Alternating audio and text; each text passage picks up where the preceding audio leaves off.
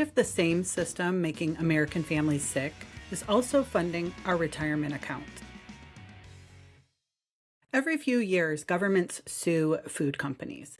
Headlines explode and outrage spikes, yet nothing on the grocery shelf ever seems to change. Today, I want to show you why and what actually does change systems. If you have a 401k, a retirement plan, even a basic index fund, you may be profiting just a little every time someone buys a can of soup. You may not have explicitly chosen to invest in some of these food companies, but by choosing a mutual fund, you are most likely invested in them. So today we're going to follow the money, connect the dots, and talk about why lawsuits won't fix this. We need to start talking about what actually will. One of the lessons that I teach my students is this. In a system, outcomes are shaped by incentives, not by intentions.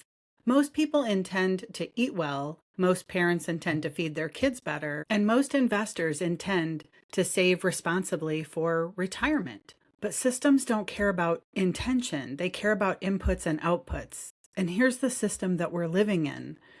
Families are stretched thin, they're short on time, money, and energy, and ultra-processed food is cheap, fast, and everywhere. Those foods generate massive, reliable sales, and those sales turn into profits. Those profits raise stock prices, and those stocks sit inside of mutual funds and retirement accounts. This is supply and demand. And it is a system that we are all a part of. So when Campbell's sells billions of dollars of soup every year, the system rewards it, whether the food builds health or not, because that's not what these food companies were created for. They were created to give a return on investment, not an investment in your health. Recently, we all heard the leaked audio from the Campbell's VP who said he would not eat the soup produced by that company. And Florida's Attorney General has announced an investigation, and San Francisco has filed a lawsuit against these ultra-processed food companies as well. People are talking about this on social media with outrage, but just when you thought Campbell's soup was a warm memory from your childhood, they are getting sued by a former employee who allegedly got fired after secretly recording their VP claiming that their products are for, quote, poor people, contain, quote, bioengineered meat, and that the chicken comes from a, quote, 3D printer. But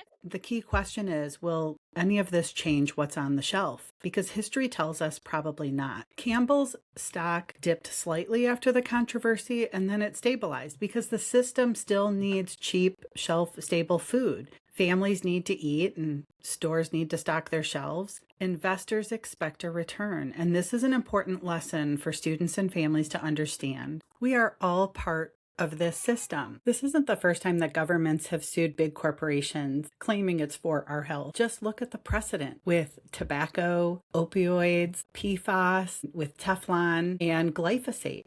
There are many instances where the government has sued corporations and there were massive settlements, huge verdicts, but the products are still on the shelves or the exposure continues. I don't really see how these lawsuits are going to change anything. What we have to become aware of is how we are all complicit or participating or even benefiting from these cheap foods. Because the uncomfortable truth is many of us benefit financially from the same system that we criticize. Maybe we didn't choose our investments, but Campbell's stock is owned mostly by institutions, mutual funds, pension, and index funds.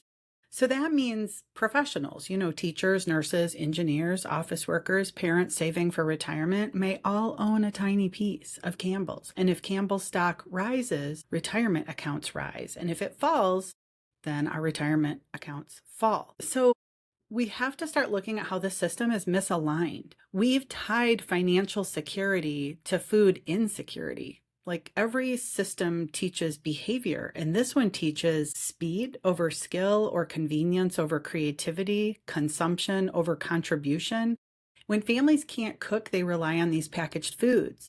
Demand stays high and the corporations keep producing it. Those profits stay steady and investors stay invested. I mean, that's the loop that we're in. But the system can change when the inputs change, like teaching kids how to cook and supporting local farmers. Learning what real food looks like is the start. These aren't lifestyle choices, they're like system interventions. I talk to my students all the time about becoming contributors and not consumers. Just the word alone should make us pause. This isn't about shaming families. It's definitely not about waiting for lawsuits to save us, because food sovereignty doesn't start in a courtroom. It starts in our kitchen with a cutting board and a pot and a willingness to learn. In this video, my intent is to help you see the system that we are all a part of and how we are contributing to or complicit in the creation of these convenience foods and convenience products, because systems don't change from the top down.